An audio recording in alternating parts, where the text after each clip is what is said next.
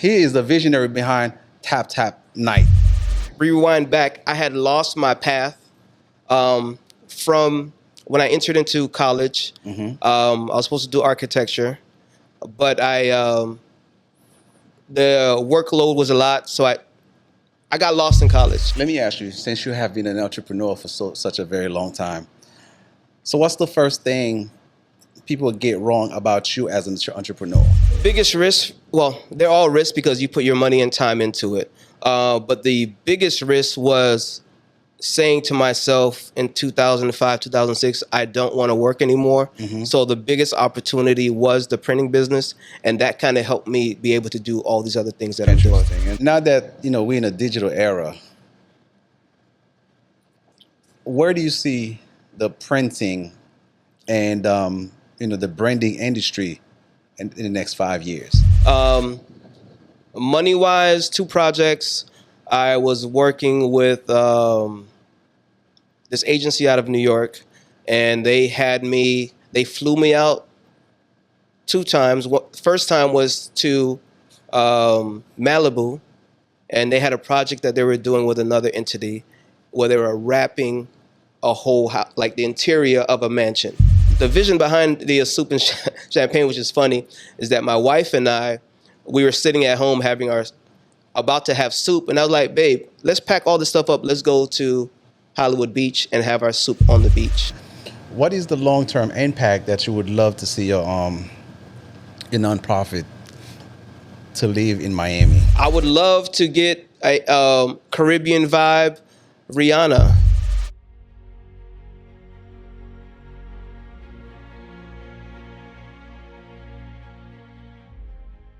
Welcome back to the Social Link Podcast. Miami, get ready. Today's episode, we are sitting down with the most powerful creative force in the city.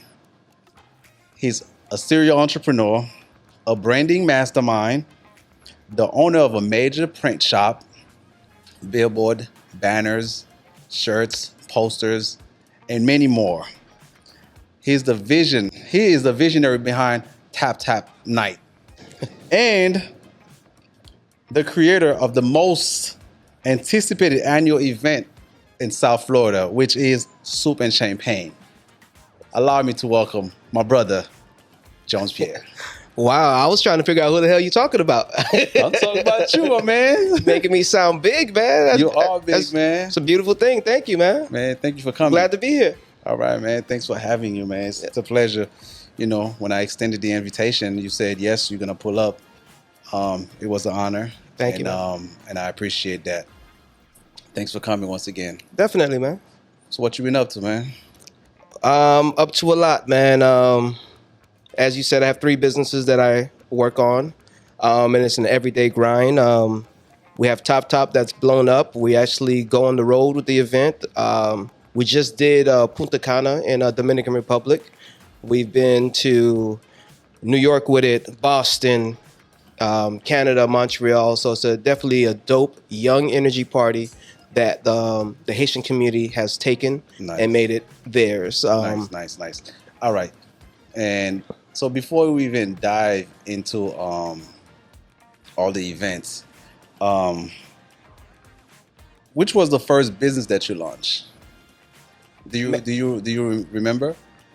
Well, here's the thing. I've always known that having an LLC or being incorporated was something that you need to have.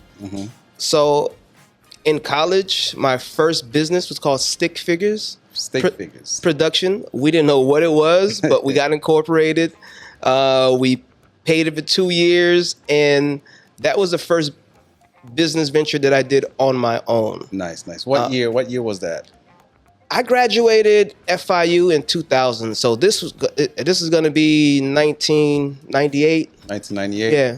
So 1998, basically, you had your first LLC. First LLC. When I was doing nothing, I don't know. So who introduced you to that? To having an LLC, and that's the gateway to even starting a business. I read a lot, man. Okay. Read a lot. Pay attention to. Back then, it wasn't that much social media, but I'd be on the web And I just knew that I always wanted to be an entrepreneur. I think it goes back a little bit further, actually. High school, I went to this high school called Dash. Which is Design and Architecture Senior High. Okay. So I'm going to say that everything started back then in high school. The school taught us how to do independent business, how to do independent things, but they really didn't teach us how to do the accounting aspect of it. That came later on in time. But in the beginning, we had to do our own projects. We had delivery dates, deliver projects and things like that. So that school is what really put me in the position to do these type of things. Okay, excellent. So it's safe to say that's because the school that you went to kind of like drive you towards the avenue to even open up a print shop. Yeah, driving you towards the avenue of being independent. I think that's more of what it was, because in that school, the theory is that you are your business. So whether you did industrial design, architecture, fashion, whatever aspect of the school, you had to deliver your projects on time, and you are responsible for your project being done properly. So I think that's where that comes from. Do you think we need more schools like that? Schools with trades, definitely, because those are the things, social media and everything is cool right now. We have everybody doing their social media thing, but there's certain trades that you cannot get rid of. Architecture, plumbers, electricians, certain things like that. So there's different fashion designers. So there's different things that manpower to manually go in and it's gonna still take human beings to make certain things happen. Certain things, but which also comes to mind that the AI industry is ramping rapidly. It is. But we're still gonna need architects. Yeah, we're still gonna need certain things. But even with AI, I think AI is a crutch. Well, not a crutch, but it helps us walk. It helps us move faster. It helps us do things better. Correct. So I think we have to use AI to master what we're doing, but we still have to have something that we're working on. Certainly. Yeah. So from there, which I'm gonna pivot back. So you learn the craft of being an entrepreneur, being independent, and so you knew from there that's the direction you wanted to go. Yeah, something at some point entrepreneurial bug bit me, and that's what I've always wanted to do. I have not worked for anybody since 2006 was my last job. Nice, congrats. So it's been thank you very much. It's been a while since I have, and prior to, I was a counselor at this online school. I forget the name, where I was like basically selling school to people. That was. It's telemarketing, but before that, PRC, before that, I worked all PRC those, all those phone dialing jobs, I've been through that. And then in 2006, a good friend of mine, Pierre, who I'm actually in business with now with Soup and Champagne, nice. He had a printing company going, and he actually gave me the opportunity to open up my own office, which is in Las Olas. So I started, that was my first. Put my money in, focus on the business, clock in 9 to 5, Monday through Friday. So I was doing that. I had it's called JPEG graphics at the time. So I was doing that in Las Olas. Yeah. All right. So taking that risk, how was it for you? Because we have a lot of young entrepreneurs, a lot of new entrepreneurs. Taking a risk is a risk, as we all say.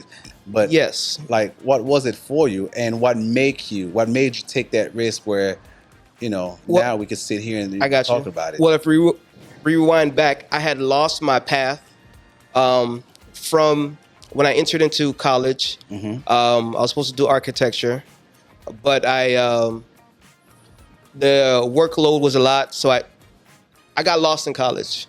Okay. I started rapping. I had trying to find yourself. Yeah. I was part of a rap group.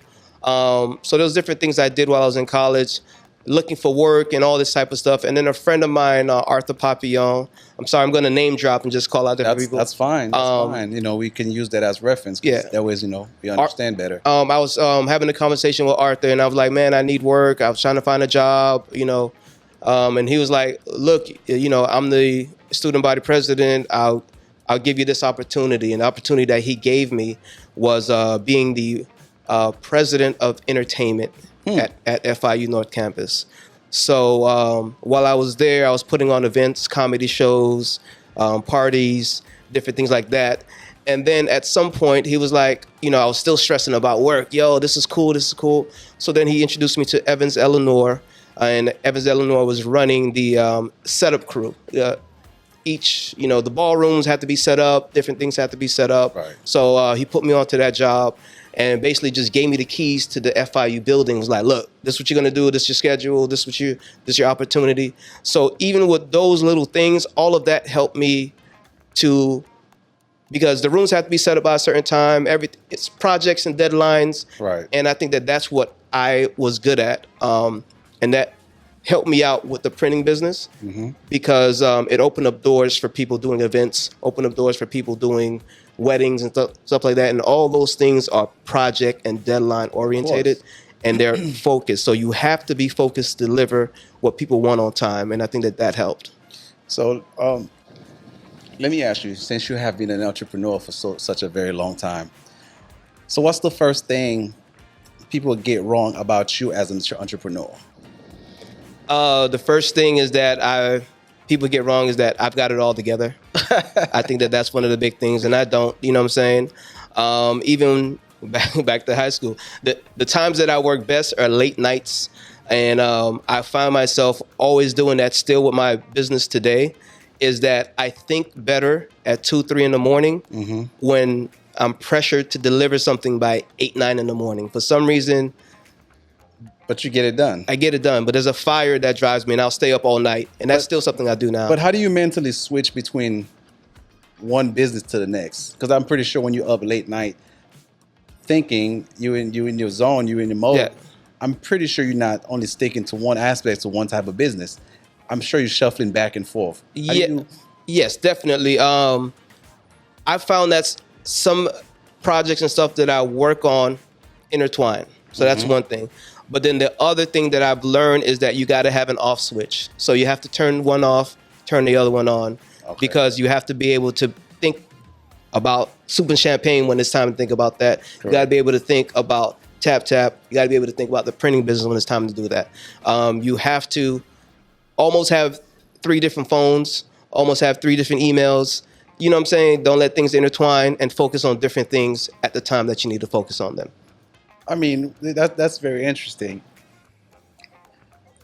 I mean, carrying so many different hats.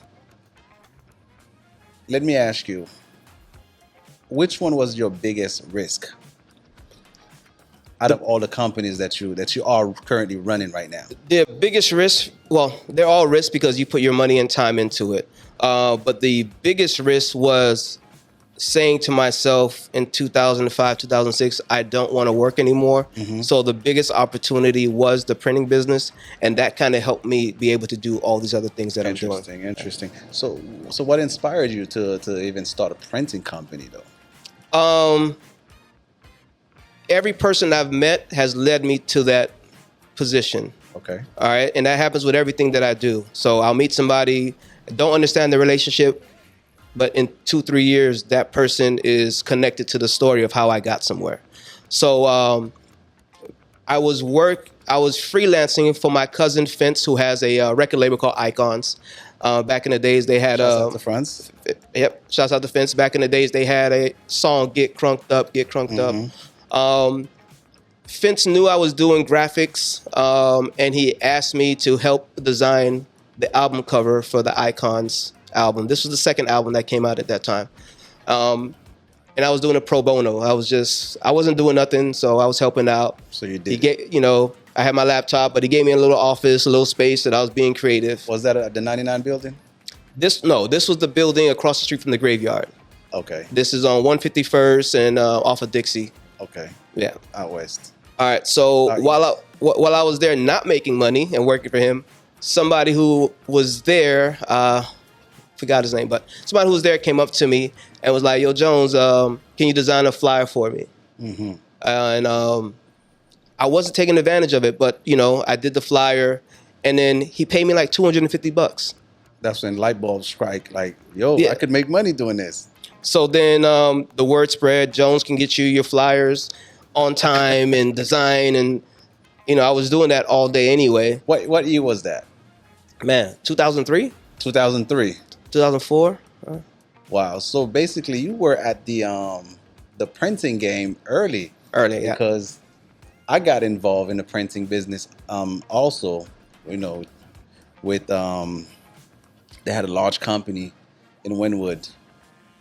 I forgot the name, and I worked with Desire at that time. We had Mimosa, we had Franz Lahans. God rest his soul, he passed. Yep, I know all those guys. Yeah, all those guys. Yep. Yeah, we were all. I mean, expert printing, of course.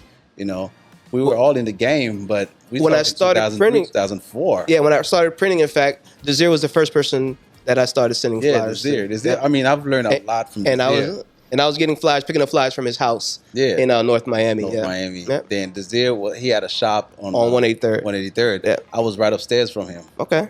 Yeah, so basically we ran around in the same circle. Yeah. And Franz, I used to do printing through him. So just different people that I used to outsource. And then I got introduced to a company called Printsall. They used to be in Opelika. It was a married couple. And I had my first meeting with them with like, yo, this is the volume that I can do and all this type of stuff. And they gave me an opportunity. And from there, I was able to start branching off and promoting and pushing that I do flyers. And some of my earlier clients, with the relationships that I built, Khaled, Joey Buttafuoco, who does huge events, Mike Gardner, Phil the Mayor, like I would do printing for all these guys. And I was switching around looking for better prices and different opportunities. And my partner Pooh Bear had started his printing company where he had an office in New York, South Beach, Atlanta, Vegas. So he expanded. Yeah, so he was doing his thing. He saw what printing can do, and he took the Miami hustle and brought it to these other cities because the prices in Miami were so much cheaper that he could be able to compete. And in the setup that we had for printing, we were delivering flyers from Miami, Florida to New York, to Atlanta, to Vegas in 24 hours. So that was one of the advantages. So he saw the volume that I was bringing to him, and he gave me the opportunity. He was like, yo, I think you should join the team. I want to open up an office in Fort Lauderdale. We found a location on Las Olas Boulevard and did that for a while. Nice. That's very interesting. Thanks for sharing. Yeah, definitely. Now that we're in a digital era, where do you see the printing and the branding industry in the next 5 years?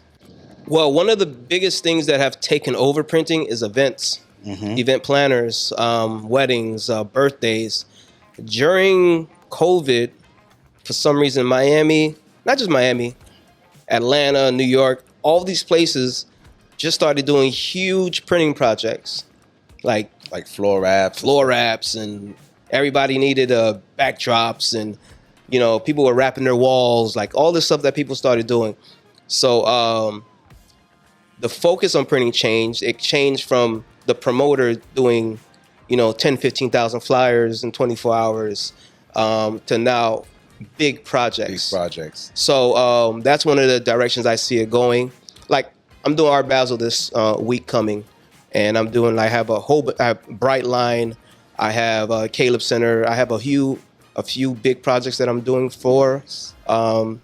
So I see that for me, it's focusing more on big projects. I just did BPN, the Black Professional Network, like all of their, like if you went to the conference, I did everything from the entrance to the backdrops to the booklets to the badges, lanyards, like nice.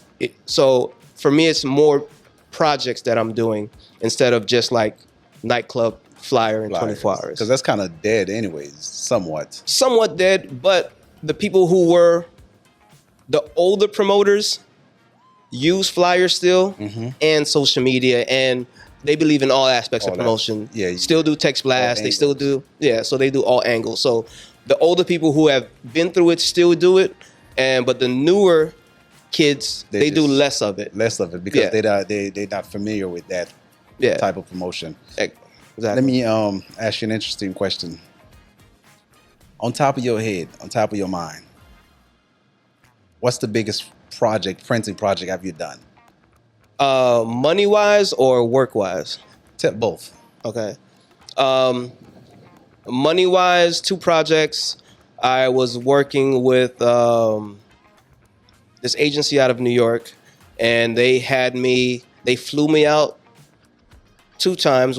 First time was to Malibu, and they had a project that they were doing with another entity where they were wrapping a whole house, like the interior of a mansion. So every room, from the kitchen, Was it like living room, different themes and stuff? different themes. This was when Little Mermaid just came out, but the black version. Black Little version. Mermaid. So what's the rental agency? Booking.com. So Booking.com had a contest where they were giving out a vacation home with the Little Mermaid theme, where everything was all paid for. If you went online, you won. So we went to Malibu and had the whole team, 15 people out, and we printed and wrapped, and I'm saying everything. Every room was a theme from Little Mermaid. The floor, the ceilings, like everything was wrapped.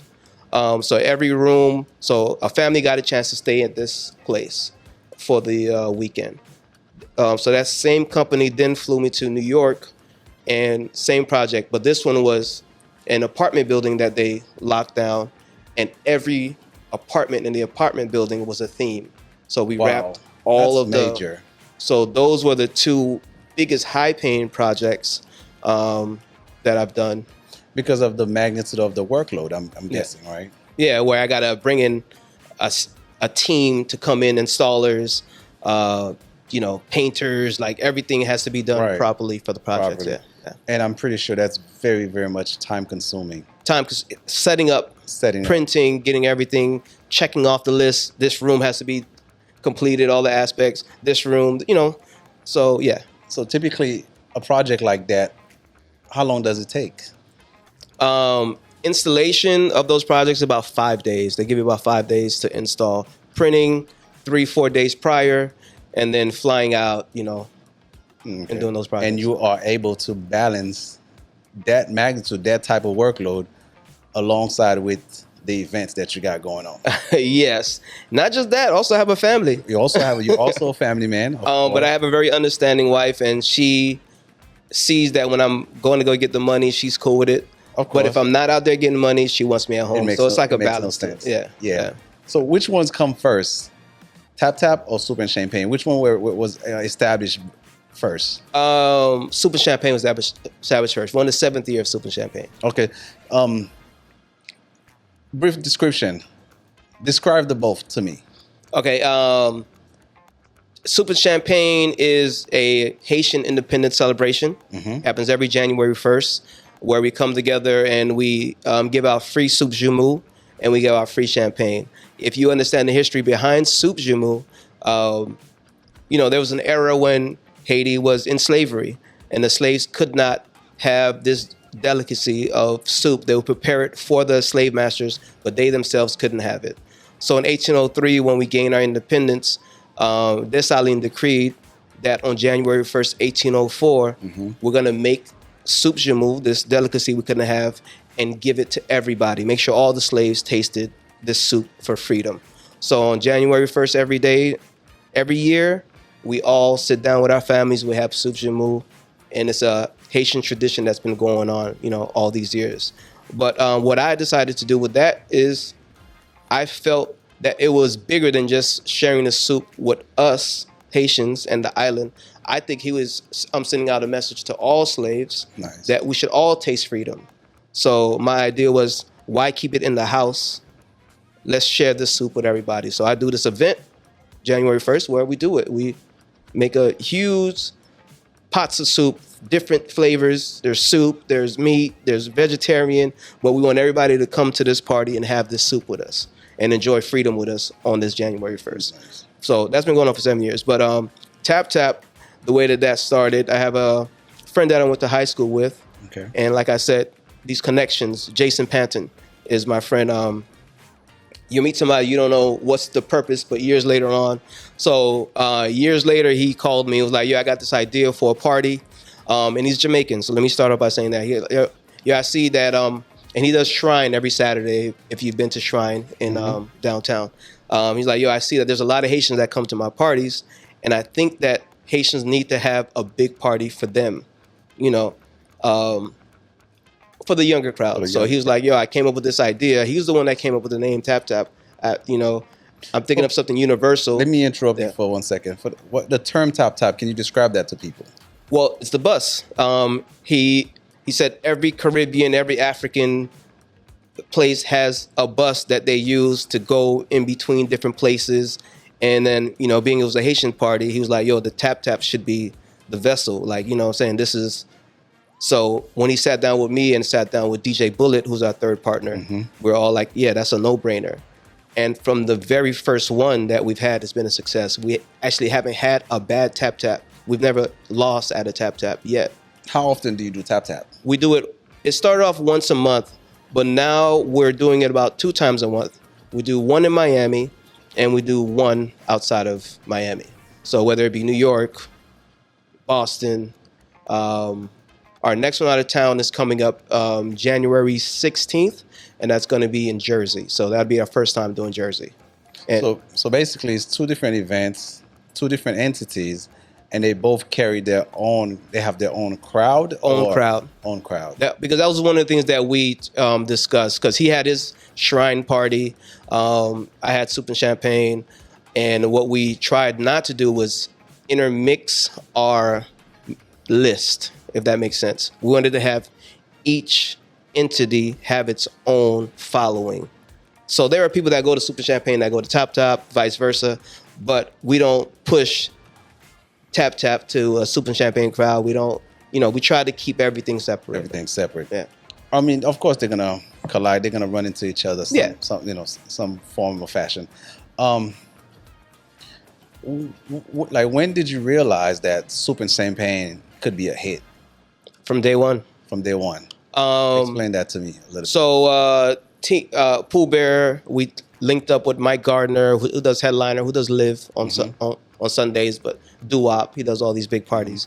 And we explained to him the concept, and he didn't get it, but he was like, "Yo, you guys are my brothers. If you need my help, I'm going to help you execute."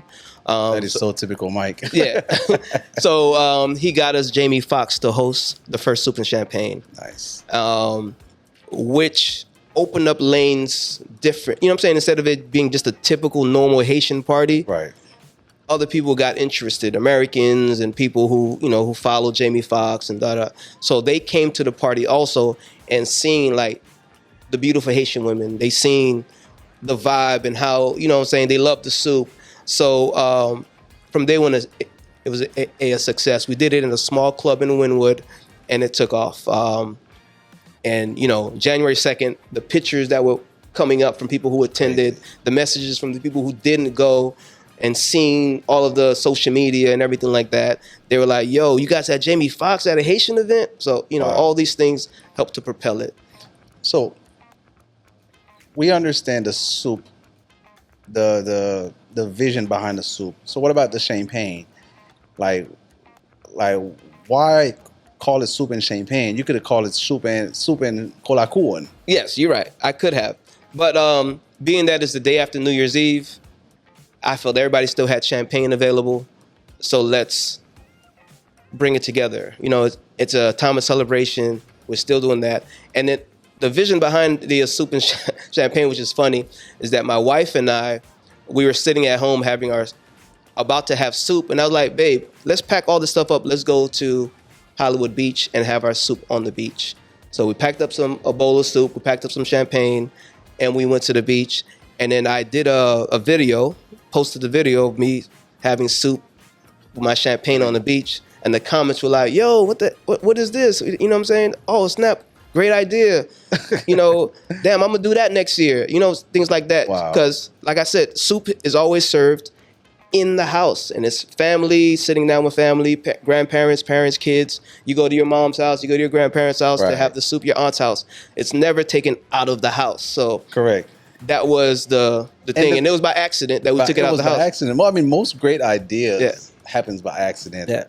Yeah. So all these comments kept coming in. I was like, yo, I called Pooh Bear. I'm like, yo, I think I have an idea, man. It's a great concept. It's a great concept. I loved it. From the very first time I heard the name, I'm like, Soup and Champagne. It has a ring to it, and it worked. It works. Yes. That's understood. So it's safe to say that Soup and Champagne is more of a luxurious party vibe, because it seems to me it's an all-white party. All white, yes. It is a luxurious party. See, my whole thing is I want to elevate Haitian culture. Okay. You know, if you've been to certain bals, not all bals, and I don't want to disrespect bals, but you've been to certain bals, it's always in a little club. It's a club that is not aesthetically pleasing sometimes.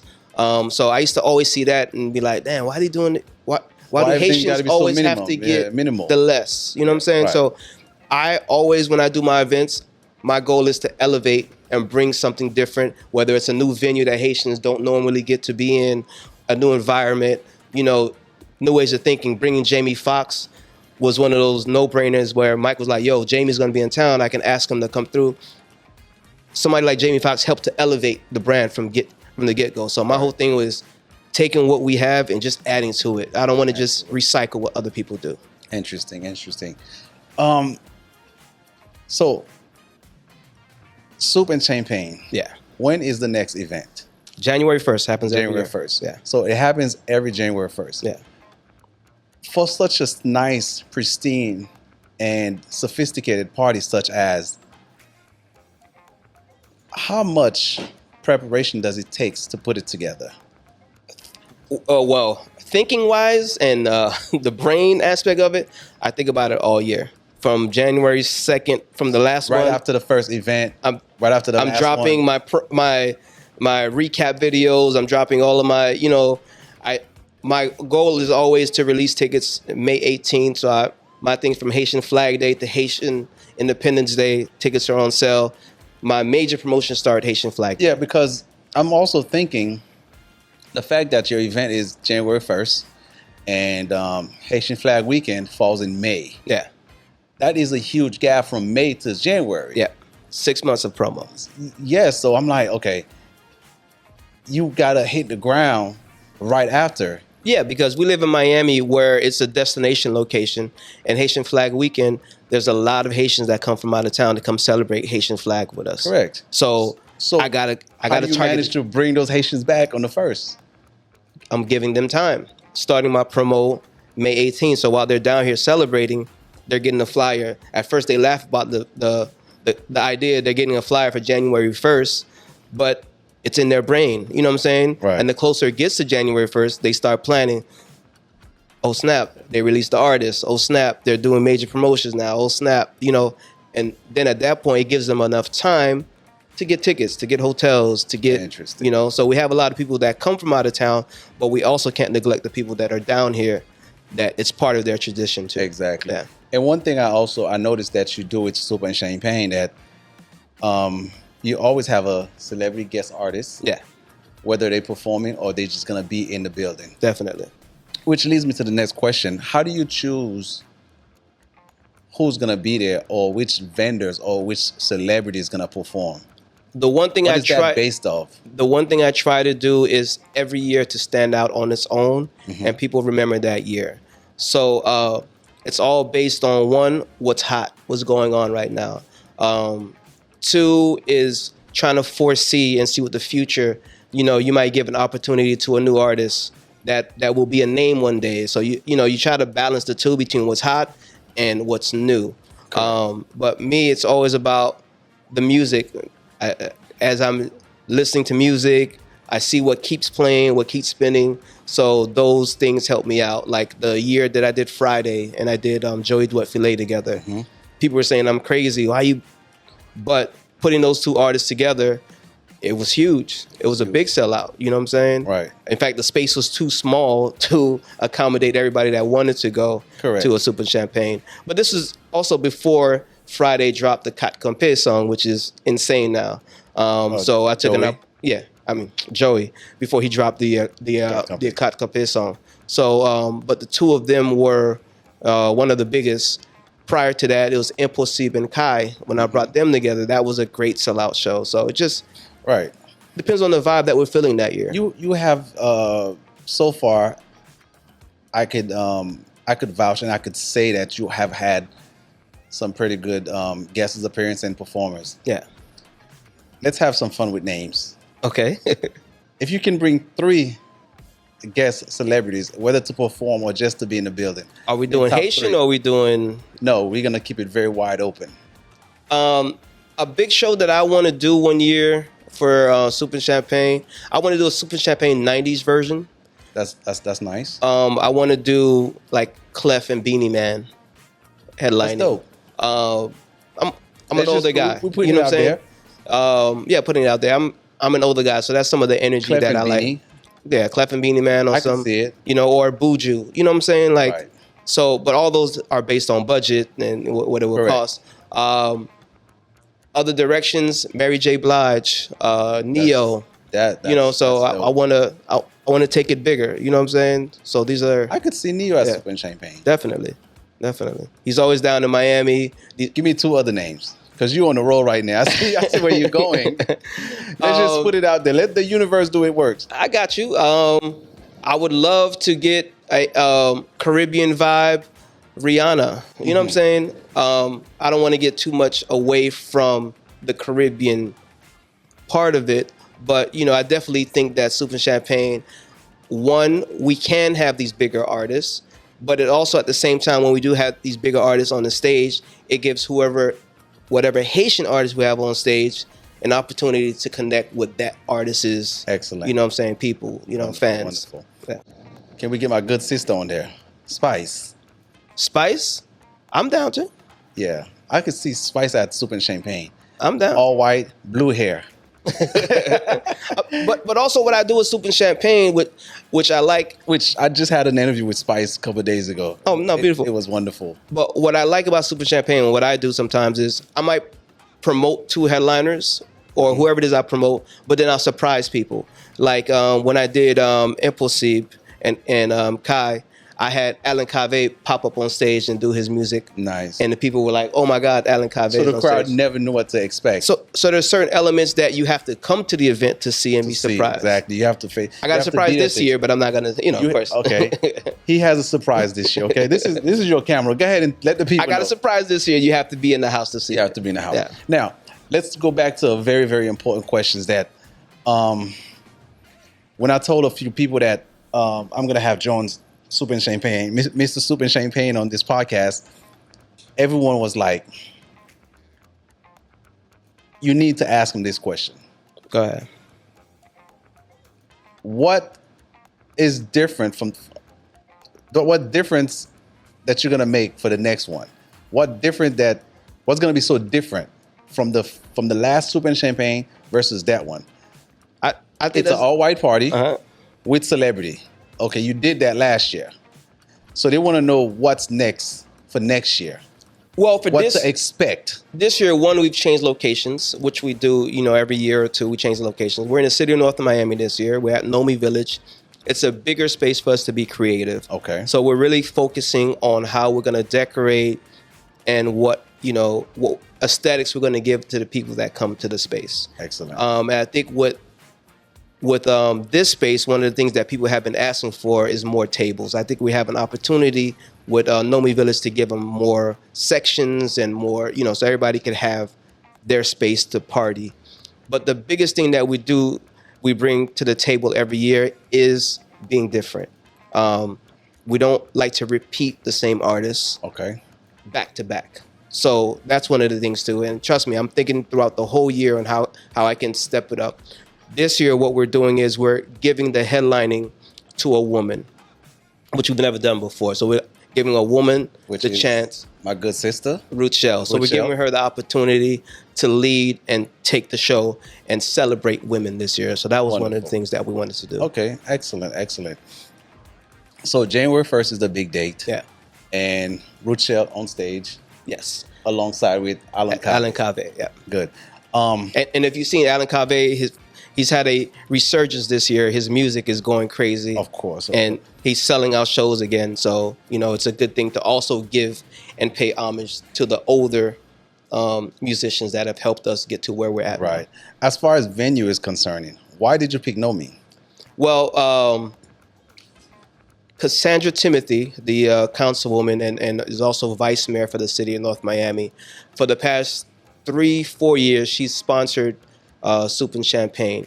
Even though it wasn't in the city of North Miami, she's always been involved. It's an event that she likes, and she's always sponsored to be part of it. So last year she spoke to me. She was like, yo, I would love to bring this event to the city of North Miami. Let's talk about it and see how it goes. And we've been from, January 2nd, January 3rd, once I've got my rest, I'm on the phone. I've called to be like, yo, let's do it. Let's do the city of North Miami. For me, it's a great thing, too, because in 87, I moved to the city of North Miami. So the city of North Miami helped to raise me, helped to. So this home. It's home. So being able to bring something back to home, it feels good. Feels good. Yeah. Feels good. From my understanding, I think you also run a nonprofit. Yeah.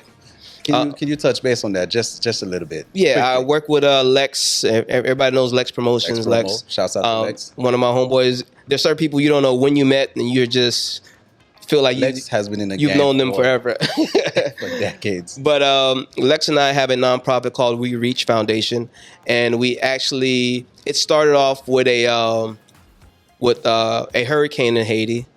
No, actually, it started off with Christmas in Haiti. So, we organized collecting gifts, toys, shoes, clothing, and we found a way to rent a plane and get the stuff to Haiti. And we like to touch the ground ourselves, and we gave out Christmas gifts. And as time went along, we did it every year. But then as time progressed, hurricanes happened, earthquakes happened. So then we went into effect in doing that. We'd gather up supplies for the earthquake victims, gather up supplies for the hurricane victims, and we were going to Haiti and delivering product on the floor, on the ground, and ourselves seeing where it goes. And so that way we could be able to tell people who sponsored and donated, here's photos, here's images of where things went. Because one of the bad things with Haiti is that people don't want to give because they feel like, oh, it's just gonna... It's gonna go... Yeah, somebody's just gonna take the money. So I think that Lex and I have had great relationships with people, and they feel that they can trust us to a certain degree. And when we say we're going to do something, you guys get it done. They back us. So we've been fortunate with that opportunity to give back. Which leads me to the next question, which is a very interesting question. How do your events and businesses tie into giving back to the community? Well, I know for years growing up, my mom would always collect stuff and send to her family in Haiti. And I think that it started from there. So I've always had a giving spirit. And, when Lex came up with the idea of combining efforts and doing something for Haiti, it just kind of made sense. And we're always focused on Haiti, but we don't mind focusing on other countries and other people, but our focus has been Haiti. Wonderful. Excellent.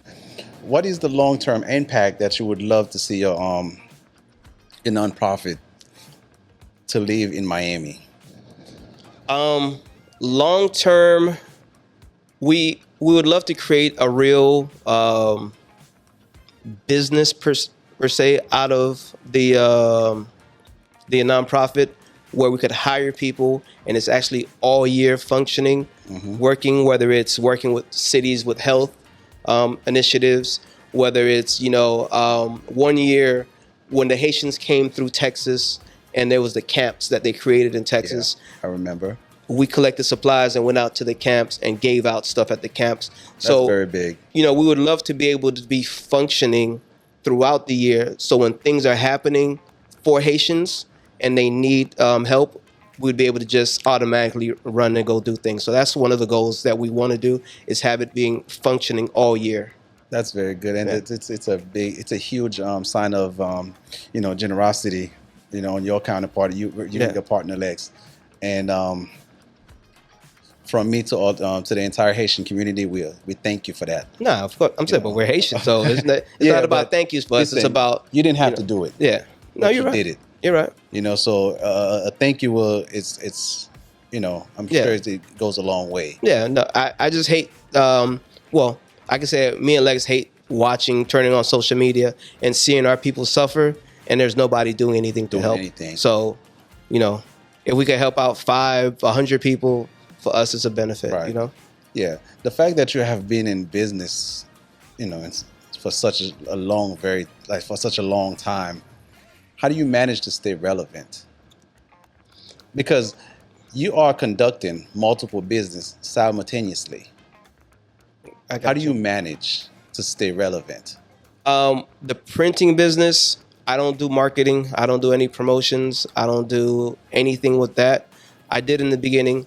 But with that business, how you stay relevant is delivering, because trust, people do call and talk to other people about your business and things like that. Right. And I've always said to myself, if I take your money, I'm going to deliver.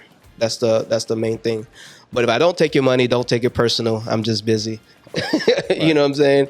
But if I do take your money, then my goal is to deliver. And that's the biggest thing, is delivery. So if you ask for something, I'm going to get it to you.